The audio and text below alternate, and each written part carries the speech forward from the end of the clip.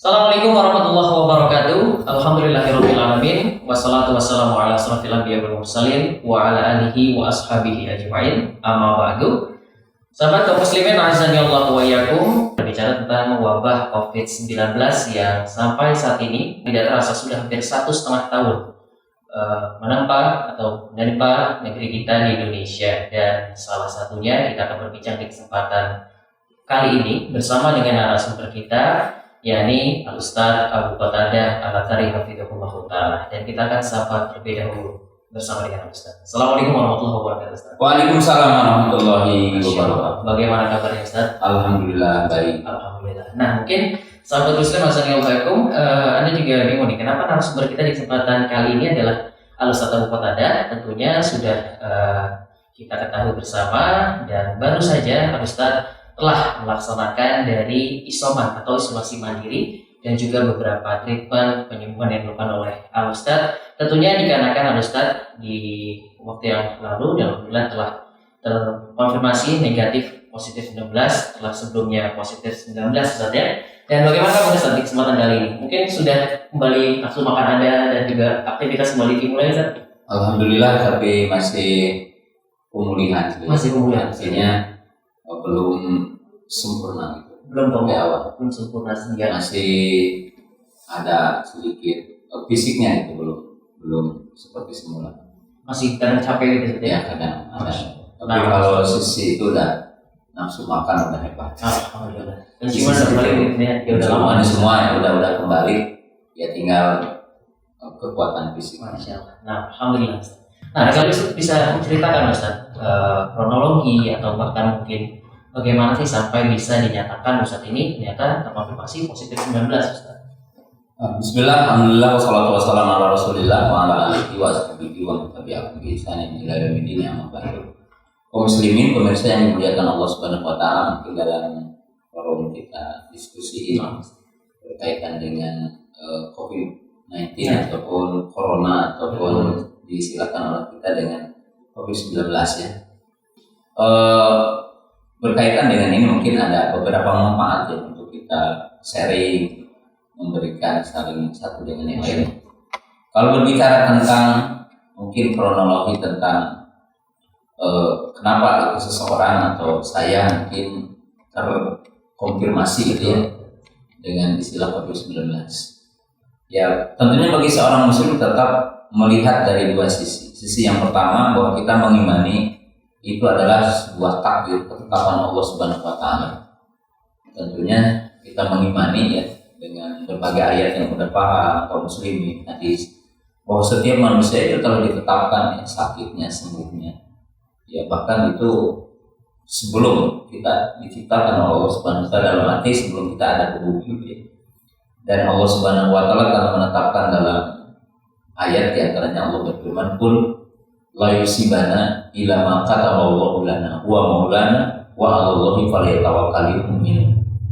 Artinya tidak ada yang menimpa kepada kita kecuali Allah yang menetapkannya, termasuk sembuh, sakit, orang kecelakaan dan sebagainya itu telah ditulis oleh Allah Subhanahu wa taala di Lauhul Mahfuz. Seseorang meninggal dengan sebab tabrakan, seseorang meninggal dengan sebab virus corona, seseorang meninggal dengan sebab ginjal, seseorang meninggal dengan sebab yang lainnya, itu telah ditetapkan Allah Ta'ala. Allah yang tentunya menguasai kita, dan itu keimanan kita ya. Bahwa bagi kita tentunya dengan virus ini juga kita beriman bahwa segala sesuatu dengan ketetapan Allah, berarti juga tidak boleh kita terlalu berlebihan. Tapi dari sisi yang kedua bahwa kita pun beriman bahwa segala sesuatu itu ada sebab akibatnya. Jadi kita beriman segala sesuatu ditetapkan Allah. Ya termasuk kaya, miskin, sakit, sembuh, ya bahagia gitu ya. Artinya bahagia kemudian sedih itu Allah telah menetapkan sebab akibatnya. Nah, secara umum berkaitan dengan penyakit terutama yang dinamakan dengan virus gitu ya. Mungkin sebabnya itu ada dua sisi yang disebut itu akan dirasakan saya ataupun yang lainnya. Pertama, orang itu biasanya ya termasuk saya gitu ya, kronologinya itu disebabkan ketika lemahnya imun, fisik yang lemah dan kondisi yang kurang fit, ya, drop. Nah, dan itu juga saya rasakan di mana waktu itu ya saya mobilitas kegiatan itu sangat full sekali. Ya, dan itu tentunya walaupun yang saya lakukan tidak melanggar prokes apa yang ada, gitu ya, menjaga bukan saya selalu pakai masker dan sebagainya. Gitu. Itu yang pertama. Jadi semua orang terkena umumnya penyakit yang namanya virus itu karena kekebalan dirinya lemah, gitu ya. Yang kedua tentunya kelalaian, lalai gitu ya, lalai dari sisi sebab-sebabnya. Ya seperti kita tahu bahwa virus corona ini dengan sebab interaksi gitu ya satu dengan yang lainnya. Nah terkadang kita mungkin tidak tahu dan saya juga tidak bisa memastikan kronologinya gitu ya secara pasti di mana kenaannya gitu, karena mungkin hari ini tidak bisa dideteksi juga ya secara pasti, tidak bisa kelihatan ya, walaupun mungkin saya tidak perlu untuk menyebutkan karena ini berkaitan juga dengan pihak orang lain gitu ya. Tapi yang saya lihat itu dari sejarah kronologis saya itu ya terkadang kita lalai ketika ada orang yang terkena, dia sendiri tidak menjaga prokesnya, kita juga tidak tahu. Nah, jadi kalau umumnya begitu. Nah oleh sebab itu pada intinya kita harus terus menjaga.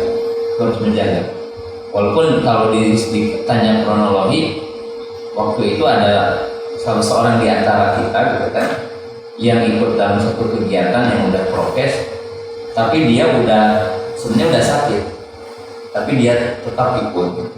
Nah kita yang sehat itu, nah di saat itulah itu mungkin secara kronologinya yang wajib kita untuk mewanti-wanti.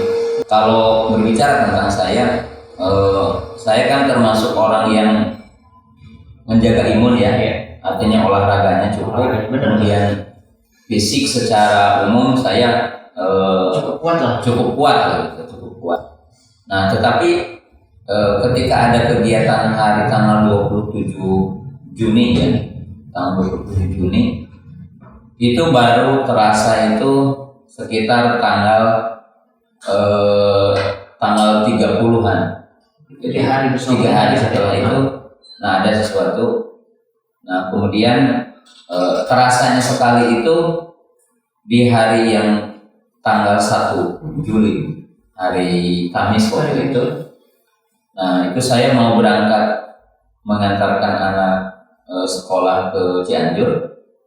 Nah itu terasa yang umum ya, orang pasti akan biasanya ceritanya itu merasakan bahwa tidak perlu langsung gitu saya, tapi tulang-tulang terasa nyeri seperti remuk gitu, nyeri. Nah waktu itu saya langsung tidak jadi berangkat dan hanya istri dengan anak saya yang berangkat, ditemani mahram anak saya kepada. Nah kemudian saya waktu itu langsung dicek ya, pakai antigen, swab antigen dan itu positif. Nah setelah itu saya langsung mungkin di tempat-tempat lain jarang ya, saya disengat lebah dan waktu itu juga saya merasa sembuh. Ini termasuk pengobatan alternatif ya? Alternatif, saya disengat lebah mungkin sekitar 12 ekor lebah. Di sana itu di daerah mana disengat di daerah Indian. Di bagian tubuhnya satu. Bagian tubuh, saya biasanya di kepala 4, sini 1, sini 2, sini 1. Kemudian di belakang punggung, kemudian di dada. Nah waktu itu saya reda langsung gitu ya. Langsung enakan 3 hari. Nah kemudian setelah 3 hari itu, ya waktu itu berarti hari Kamis ya. Kemudian hari Jumat, hari Sabtu, hari Ahad. Nah, kemudian saya isolasi, pindah tempat gitu ya, asalnya dari kamar pindah tempat.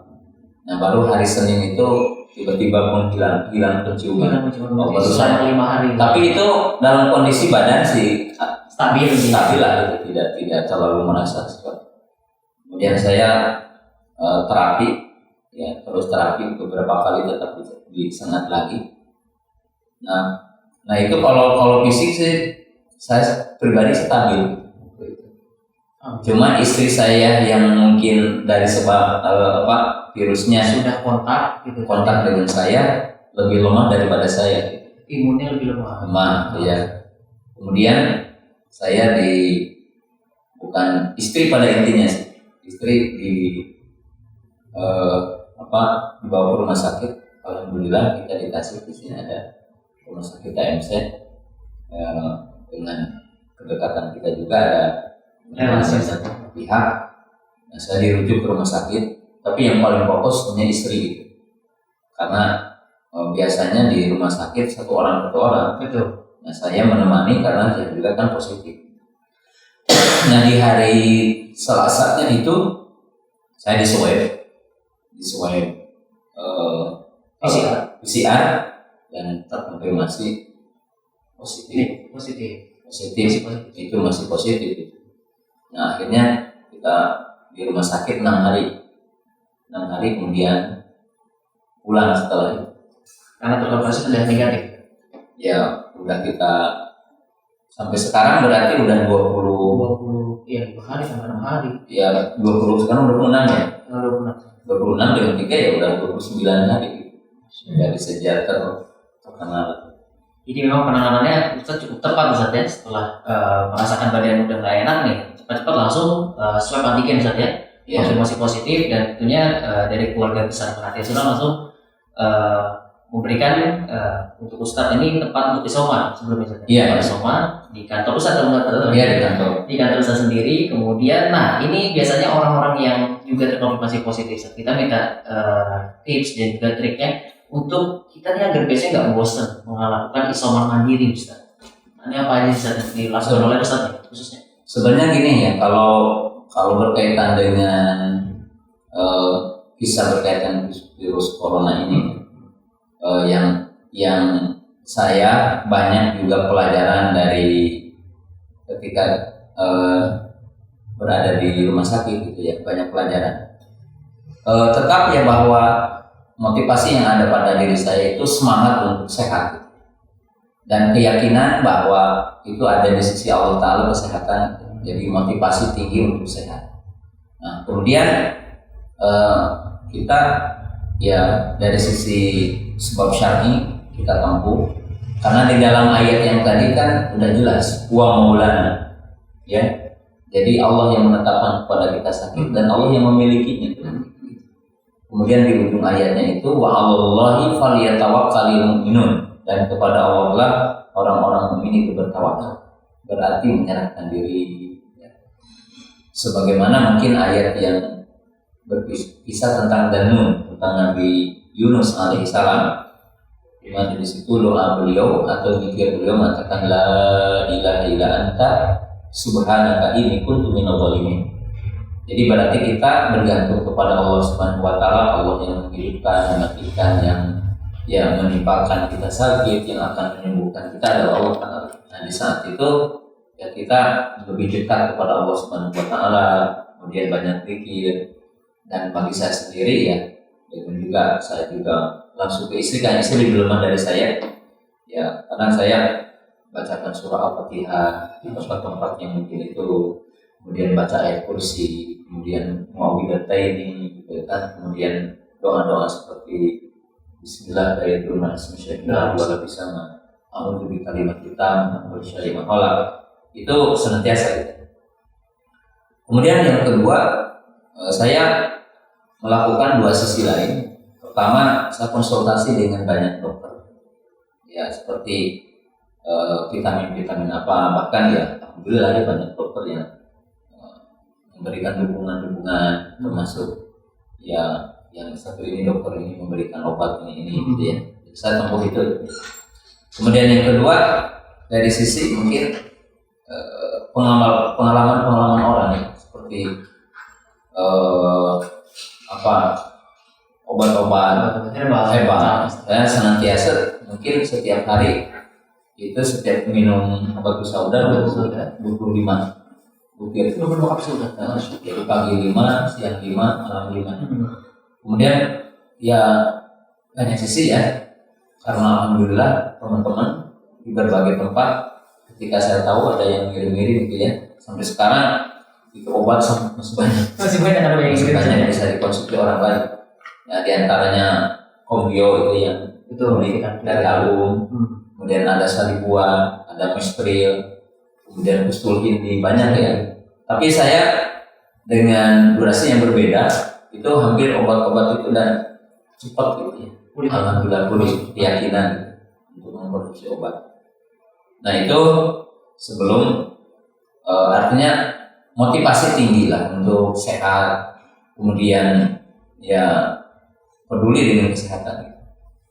Masya Allah. Nah, Ustaz, Jazakallah khair satu kembali pengalamannya. Nah, tentunya sobat Islam mungkin bagi yang saat ini masih dalam masa isoman atau mandiri dan juga mungkin keluarganya ada yang kena positif COVID-19 bisa dinasihati untuk bisa selalu berzikir dengan doa-doa yang tadi sudah Ustadz juga laksanakan ketika isoman, dan juga tentunya beberapa obat herbal dan juga tentunya obat yang juga disarankan oleh dokter-dokter yang memang sudah paham di bidangnya dan untuk penyembuhan COVID-19 ini. Dan terlebih kita juga saling membantu tadi, sebagaimana Ustadz pengalamannya adalah juga banyak sekali bantuan yang datang oleh pihak-pihak lainnya untuk tentunya memberikan dukungan baik real dan juga moral.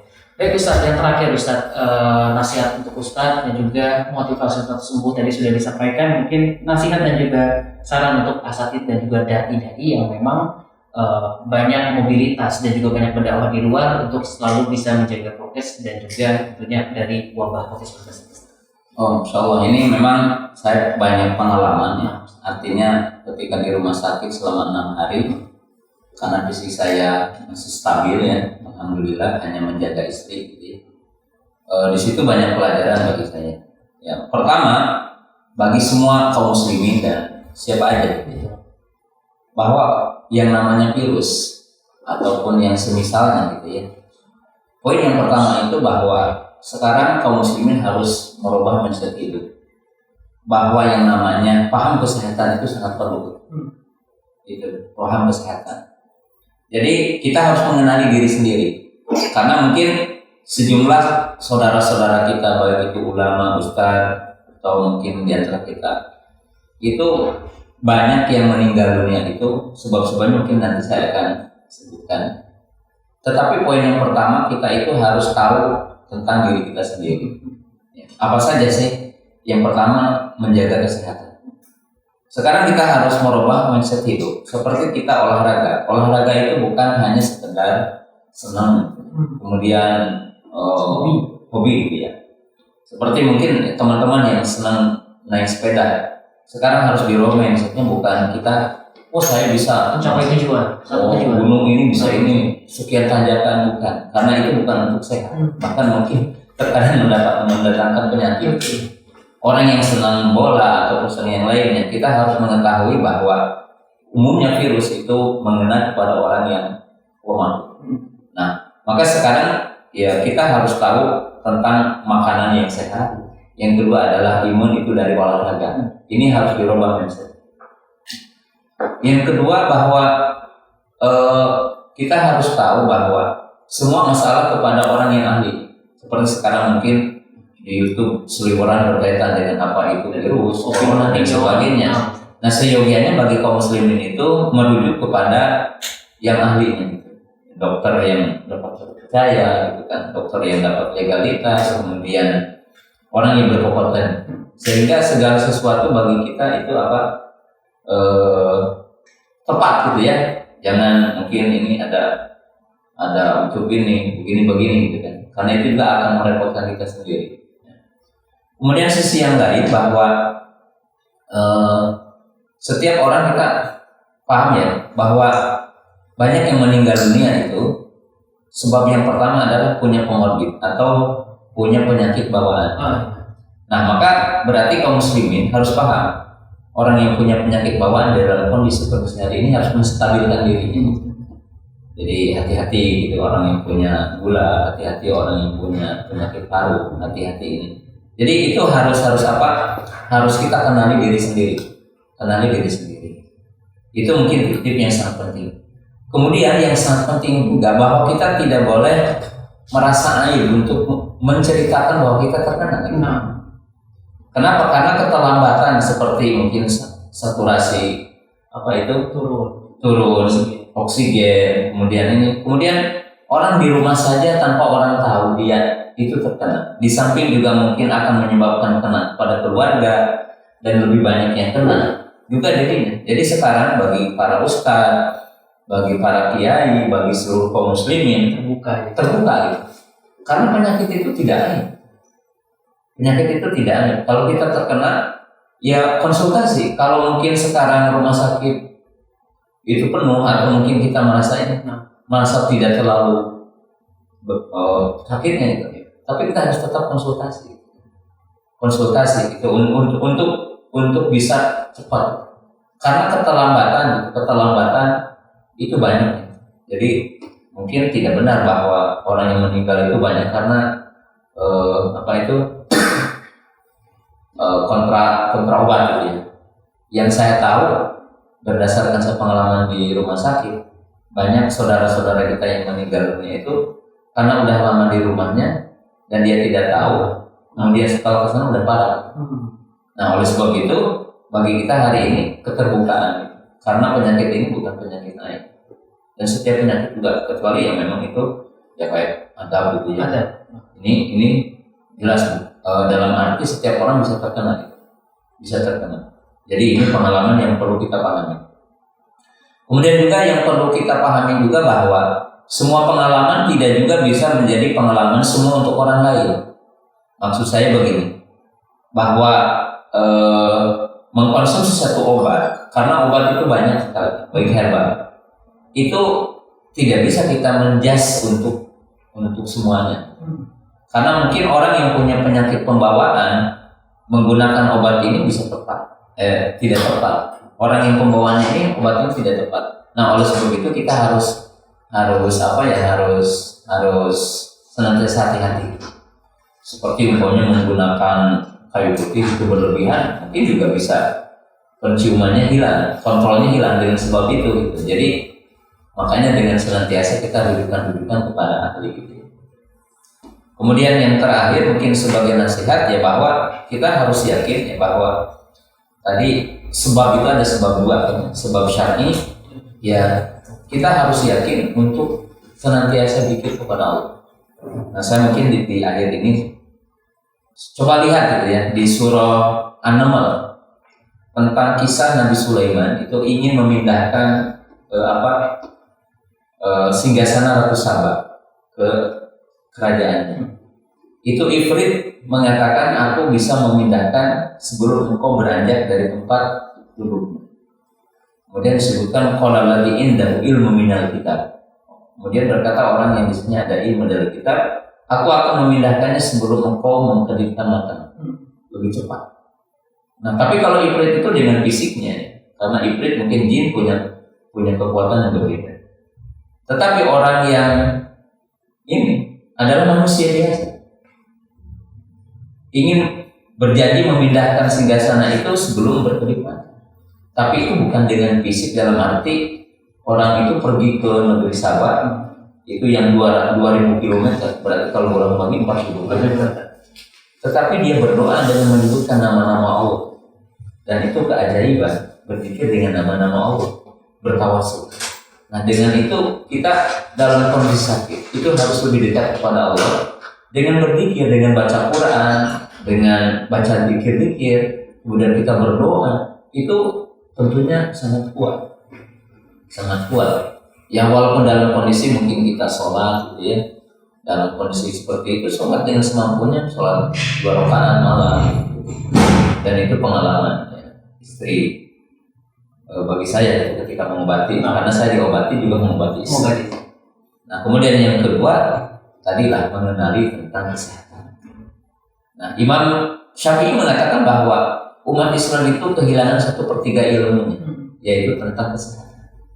Mungkin hari ini banyak di antara para asatid atau para kiai yang terkonfirmasi katanya ya banyak ya yang meninggal dunia, mungkin karena kita umumnya abai tentang kesehatan. Ya, para ustadz kan ngisi ke sana kemari, tapi olahraganya enggak gitu ya, olahraga enggak. Kemudian juga olahraga juga banyak di antara kita itu bukan esensinya untuk sehat gitu. ya hanya untuk senang gitu ya, rame-rame gitu ya. Mestinya sekarang harus merubah. Karena berdasarkan penelitian juga bahwa kita Indonesia yang tentunya dengan penyakitnya 250 sekian juta ya. Nah, umumnya masyarakat kita itu tidak paham tentang kesehatan. Jadi tidak paham tentang kesehatan. Abai tentang anti kesehatan. Ya, anti kesehatan. Dan tentunya hari ini kita tidak menafikan adanya konspirasi ya. Dan secara pribadi saya juga melihat itu ya, konspirasi. Tapi COVID-19 ini ada dan itu berbahaya. Maka kita kesampingkan tentang polemik itunya. Bukan berarti kita tidak mempermasalahkannya, tetapi bagi kaum muslimin lebih kepada memperhatikan kesehatan kita. Hari ini kita perlu untuk makan yang sehat, kemudian menjaga imun, ya karena mungkin hari ini udah sulit. Kemudian ketika kena, ya saya menasihatkan kepada diri saya dan kepada kaum muslimin untuk terbuka, untuk mengasih tahu dan kita bekerja sama. Dan terakhir tentunya bagi seluruh kaum muslimin adalah untuk bersatu padu, saling membantu satu dengan yang lainnya. Apabila ada saudara kita yang terkonfirmasi kemudian isolasi di rumah, kita tidak boleh berlebihan untuk takut. Kemudian kita support gitu ya untuk sehat. Mungkin yang punya harta ya kalau dia mungkin sulit untuk cari keluar makanya dikasihkan makan. Kemudian kita support obat-obat dan sebagainya. Dan alhamdulillah kita di lembaga kita seperti di Kudapi ada gitu ya Satgas Covid dan di berbagai daerah alhamdulillah di sini kita banyak pengalaman. Dan satu pengalaman yang perlu saya sampaikan itu ya, saya mungkin 20 tahun itu belum pernah ke rumah sakit dan baru kali ini. Dan salah satu hikmahnya ya saya untuk umum gitu ya, bahwa selama ini saya dihikmati istri. Ketika saya merasakan begini yang berkhidmat kepada orang. Jadi ketika istri saya sakit, jadi banyak hikmahnya. Saya berkhidmat kepada istri dari semua, mulai dari ya menyuapin gitu makan dan sebagainya. Ternyata ada pelajaran yang sangat berharga itu bahwa saya merasakan begitu ya beratnya gitu. Artinya kita tidak boleh melalaikan istri kita gitu. Dalam hidup kita ini, dalam berkeluarga, anak gitu ya. Selama ini mungkin kalau anak sakit, ibu yang menyuapi gitu. Istri kita menyuapi, ternyata berat juga seperti itu. Walaupun saya sehat, ternyata ikut tidak tidur juga kan. Karena malam pingin ini kan. Nah di sini mungkin nikmatnya kerjasama. Jadi kerjasama di keluarga, kerjasama dengan sama muslim. Nah barangkali itu yang pengalaman yang saya dapatkan.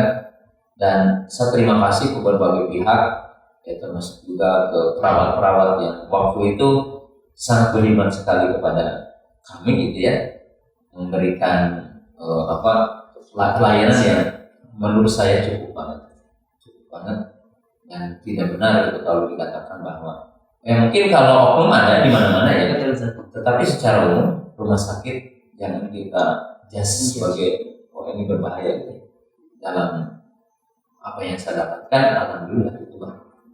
Nah Ustaz, jazakallahu khair Ustaz untuk satu kisah dan juga hikmah di balik cerita COVID-19 yang alhamdulillah telah selesai dialami oleh salah satu ustaz kita ini Ustaz Abu Qatadah Hafizahullah Ta'ala. Dan kita doakan bersama tentunya Ustaz dan juga keluarga serta tentunya para ulama lainnya dan saudara-saudara muslim kita dapat sembuh dari virus COVID-19 ataupun bisa terlindung dari virus ini. Sahabat muslim azanillahu wa iyyakum, dan satu poin yang bisa kita ambil tentunya bahwa COVID-19 ini bukanlah aib, dan menjaga kesehatan adalah yang terpenting untuk kita dan juga hak diri kita sendiri. Dan juga tentunya kami sebagai Kudapi juga telah menyelenggarakan suatu program ataupun suatu bentuk tim, yakni Satgas Covid Kudapi, yang dimana sahabat muslim ataupun para ustadz sekalian bisa dengan terbuka menyampaikan bila mana ada yang terkonfirmasi positif 19 sampai dengan saat ini, untuk bisa kita saling membantu dan tentunya kita tidak mau untuk kehilangan aset-aset dan juga pendakwah ulama-ulama kita. Sahabat Islam, kaum muslimin dimanapun anda berada, azanillahu wa iyyakum, kami ucapkan jazakumullahu khairan atas perhatian dan juga atensi anda untuk menyimak dari konten ini. Insya Allah kita akan berjumpa dari cerita-cerita dan hikmah para pendakwah ataupun saudara muslim kita lainnya. Wabillahi taufiq wal hidayah. Assalamualaikum warahmatullahi wabarakatuh.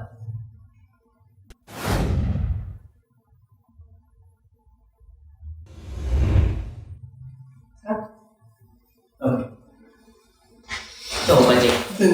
Coba. Yang ini tadi yang